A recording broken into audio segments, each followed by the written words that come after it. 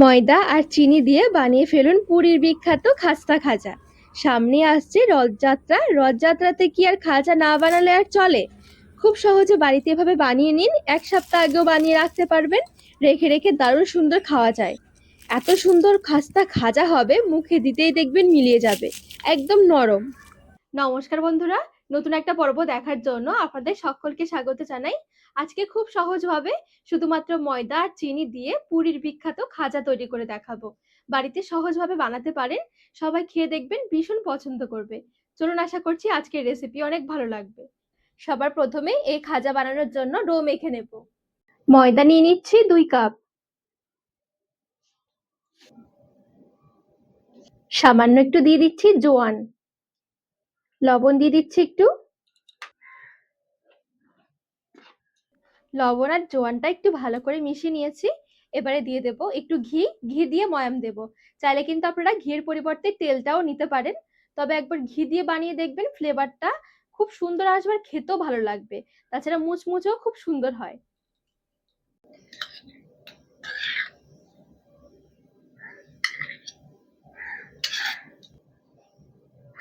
একটু ভালো করে ঘষে ঘষে ময়াম দিয়ে নেব।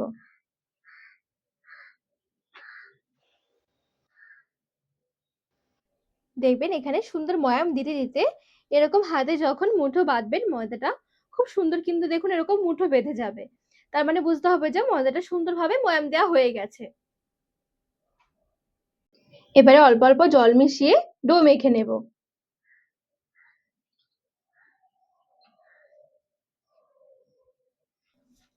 ডোটা এখানে খুব বেশি একটা নরম করব না, একটু শক্ত করে মাখাবো। বেশ সুন্দর করে এখানে ডোটা দেখুন মেখে নিয়েছি। একটু রেস্টে রাখবো। রেস্টে রাখার পর কিন্তু এটা আর একটু সফট হয়ে যাবে। তো সেই জন্য প্রথমে কিন্তু আমি অনেক বেশি একটা নরম করে মাখাইনি। ঢাকা দিয়ে এবার একটু সাইডে সরিয়ে রাখছি, ততক্ষণে খাজার জন্য রস বানিয়ে নেব। 1 কাপ মতন দিয়ে দিচ্ছি চিনি। ঠিক সমপরিমাণ দিয়ে দিচ্ছি জল। এলাচ দিয়ে দিলাম মুখ ফাটিয়ে। এবারে রসটা নেড়ে ছেড়ে একটু ফুটিয়ে নেব। সম্পূর্ণ চিনিটা কিন্তু সুন্দরভাবে গলে গেছে। এবারে একটু ফুটিয়ে নিচ্ছি। ফুটিয়ে রসটা একটু ঘন করব। আবার কিন্তু খুব বেশি ঘন করব না, তাহলে কি ঠান্ডা হয়ে গেলে আবার জমে যাবে। একটু লেবুর রসও দিয়ে দিতে পারেন, যেন ঠান্ডা হয়ে যাওয়ার পর জমে না যায়। আমার কাছে মনে হয় লেবুর রসটা দিলে খাজার ফ্লেভারটা চেঞ্জ হয়ে যায়, খেতে সেরকম একটা ভালো লাগে না। তো সেই জন্য আমি লেবুর রসটা দিচ্ছি না। একটু জাস্ট ফুটিয়ে নেব। ফুটিয়ে একটু ঘন করব, বেশি না। তো সুন্দরভাবে একটু কিছুক্ষণের জন্য ফুটিয়ে নিয়েছি। আর একটু দেখিয়ে দিচ্ছি, এখানে কিন্তু কোনো রকম তারযুক্ত রস হবে না। জাস্ট এরকম রসটা যখন হাতে নেবেন দেখবেন এরকম আঠালো আর চিপচিপে মনে হবে। তখনই বুঝতে হবে যে রসটা এখানে রেডি হয়ে গেছে। আঁচ বন্ধ করে নামিয়ে এক সাইডে রেখে দেব। রসটা ভালোভাবে ঠান্ডা করে নেব। আর এদিকে ডোটা যে মেখে রেখেছি কিছুক্ষণ হয়ে গেছে।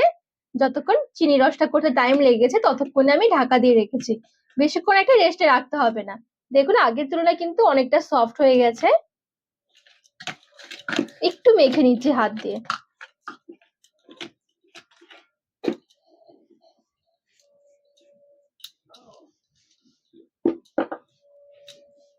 এবার এই সম্পূর্ণ ডো থেকে আমি 10টা মতন লেচি বের করব।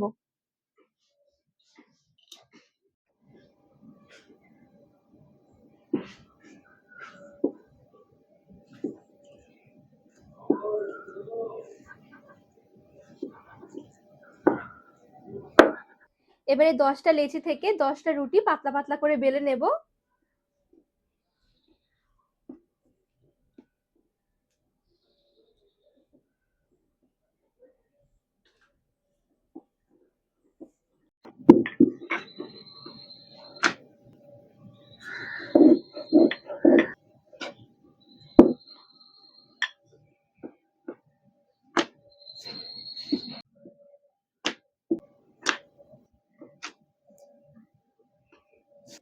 তো এখানে সুন্দরভাবে আমি 10টা রুটি পাতলা পাতলা করে বেলে নিয়েছি। এবারে যতগুলো রুটি বেলেছি প্রত্যেকটা রুটির কিন্তু লেয়ার তৈরি করতে হবে। এবার একটা ব্রাশের সাহায্যে সামান্য করে একটু ঘি ব্রাশ করে নেব। উপর থেকে আরেকটা রুটি দিয়ে দিচ্ছি। আবারও একটু একটু করে ঘি লাগিয়ে ব্রাশ করে নেব।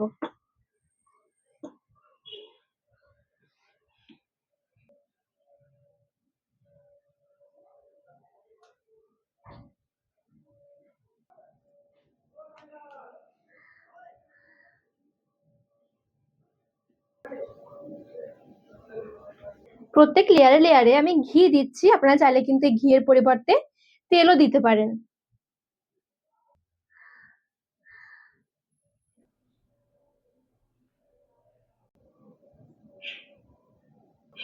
মোটামুটি সবগুলোই খুব সুন্দর করে আমি লেয়ার করে নিয়েছি। বেলনির সাহায্যে হালকা করে একটু বেলে চ্যাপ্টা করে নেব, একটু বড় করে নিচ্ছি।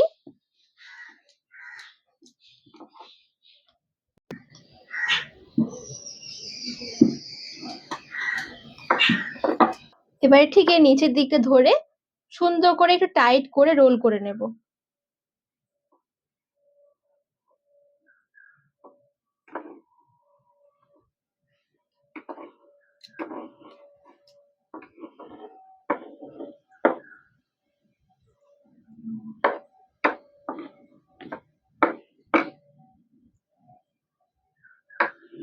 একটু জল লাগিয়ে দিচ্ছি।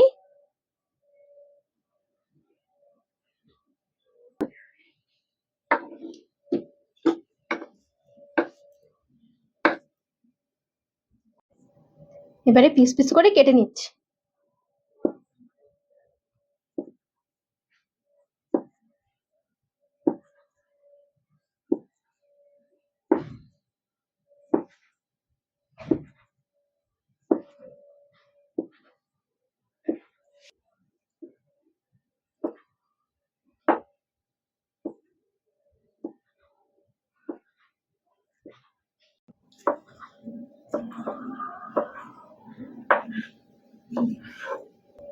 দেখুন সুন্দর করে কিন্তু এখানে পিস পিস করে কেটে নিয়েছি।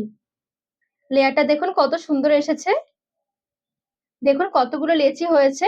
2 কাপ ময়দা দিয়ে কিন্তু অনেকগুলো খাজাই তৈরি করা যাবে।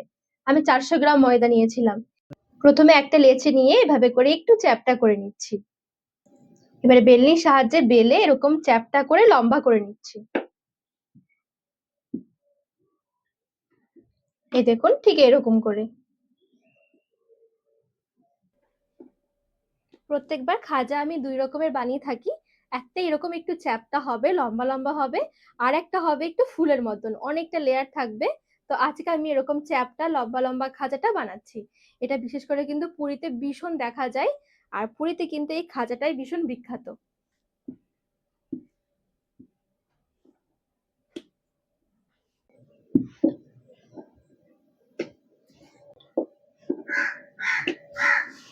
তো এখানে সবগুলো খাজা সুন্দর করে বেলে নিয়েছি। এবারে খাজাগুলো ভেজে নিতে হবে।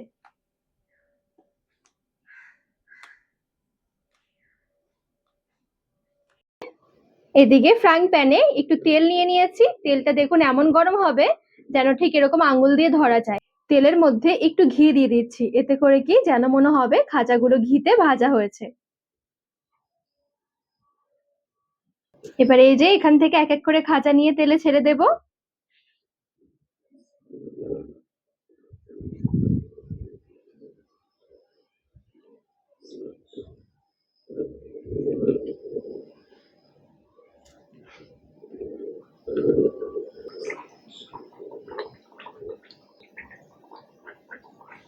বেশ কয়েকটা খাজা তেলে ছেড়ে দিয়েছি।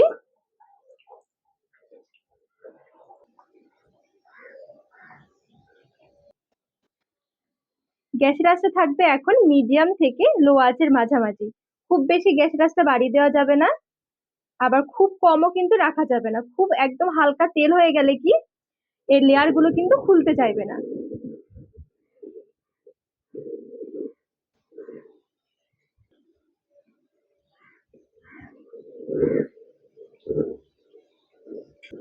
আর এখানে দেখুন যেন মনে হচ্ছে সবগুলো লেয়ার যে ছিল লেয়ার গুলো কিন্তু খুলে গেছে। এই দেখুন। এবারে যেটা করতে হবে গ্যাসের আঁচটা একদম হালকা করে রেখে দেব। লেয়ার ছাড়িয়ে গেছে, এবারে হালকা করে রেখে দিয়ে এটা মুচমুচে করে ভাজতে হবে। এই দেখুন কত সুন্দরভাবে লেয়ারটা ছেড়ে গেছে।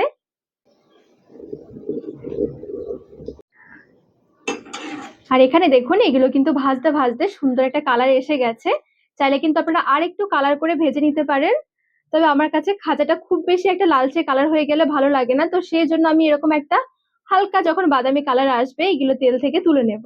এই দেখুন খুব সুন্দর কিন্তু কালারটাও এসে গেছে।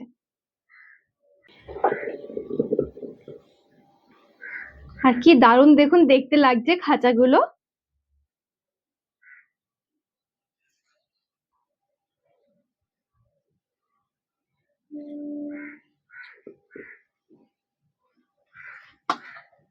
বাকি খাঁচাগুলো ঠিক এইভাবে করে ভেজে নিচ্ছি।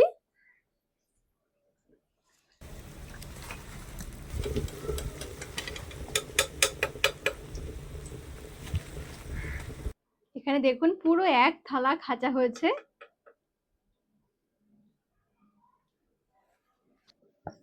খাজাগুলো বানিয়ে এদিকে একটু ঠান্ডাও করে নিয়েছি। অবশ্যই করে কিন্তু ঠান্ডা করতে হবে, তারপরে আমি রসের মধ্যে মেশাবো। দুটো যদি গরম থাকে চিনির রস আর খাজা, তাহলে কি খাজাগুলো মুচমুচে থাকবে না, খুব তাড়াতাড়ি করে নরম হয়ে যাবে, বেশি দিন সংরক্ষণও করতে পারবেন না। আর এদিকে চিনির রসটাও কিন্তু একদম ভালোভাবে ঠান্ডা হয়ে গেছে। দেখুন চিনির রসের না পাতলা না অনেক বেশি ঘন। এবারে শুধু খাজাগুলো নিয়ে উল্টে পাল্টে রসের মধ্যে একটু মিশিয়ে নিতে হবে। প্রত্যেকটা খাজা এভাবে করে রসের মধ্যে একটু কোট করে নিচ্ছি। শুধুমাত্র নেড়েচেড়ে মিশিয়ে নিলে দেখবেন এত সুন্দরভাবে রসটা ঢুকে যাবে। তো এবারে প্লেটের মধ্যে তুলে সাজিয়ে নিচ্ছি। আর যদি আপনারা সংরক্ষণ করতে চান সেক্ষেত্রে কিন্তু চিনির এক্সট্রা রসটা ঝরিয়ে তারপরে বয়ামের মধ্যে ভরে রাখবেন। দেখবেন এই খাঁচাগুলো অনেকদিন পর্যন্ত ভালো থাকবে। তাছাড়া কিন্তু এই খাঁচাগুলো কোনোভাবে নরম হয়ে যাবে না, একদম মুচমুচে থাকবে। আর যদিও হালকা গরম থাকে অবশ্যই গরম ভাবটা কাটিয়ে নিতে হবে, তারপরে দেখবেন খাজা খুব সুন্দর রাখতে পারবেন অনেকদিন পর্যন্ত। খাজাগুলো দেখুন ভাঙার পর কতটা সুন্দর লাগছে, আর প্রত্যেকটা লেয়ার দেখুন কতটা সুন্দর হয়েছে। শুধু একবার খেয়ে দেখুন এরকম একটা খাজা, পুরো মুখে লেগে থাকবে এই খাজা। তো বন্ধুরা আজকে এই খাজার রেসিপি আপনাদের কেমন লেগেছে অবশ্যই কমেন্ট করে জানাবেন। আর রেসিপি ভালো লাগলে চ্যানেলটিকে সাবস্ক্রাইব করে পাশে থাকার অনুরোধ রইল।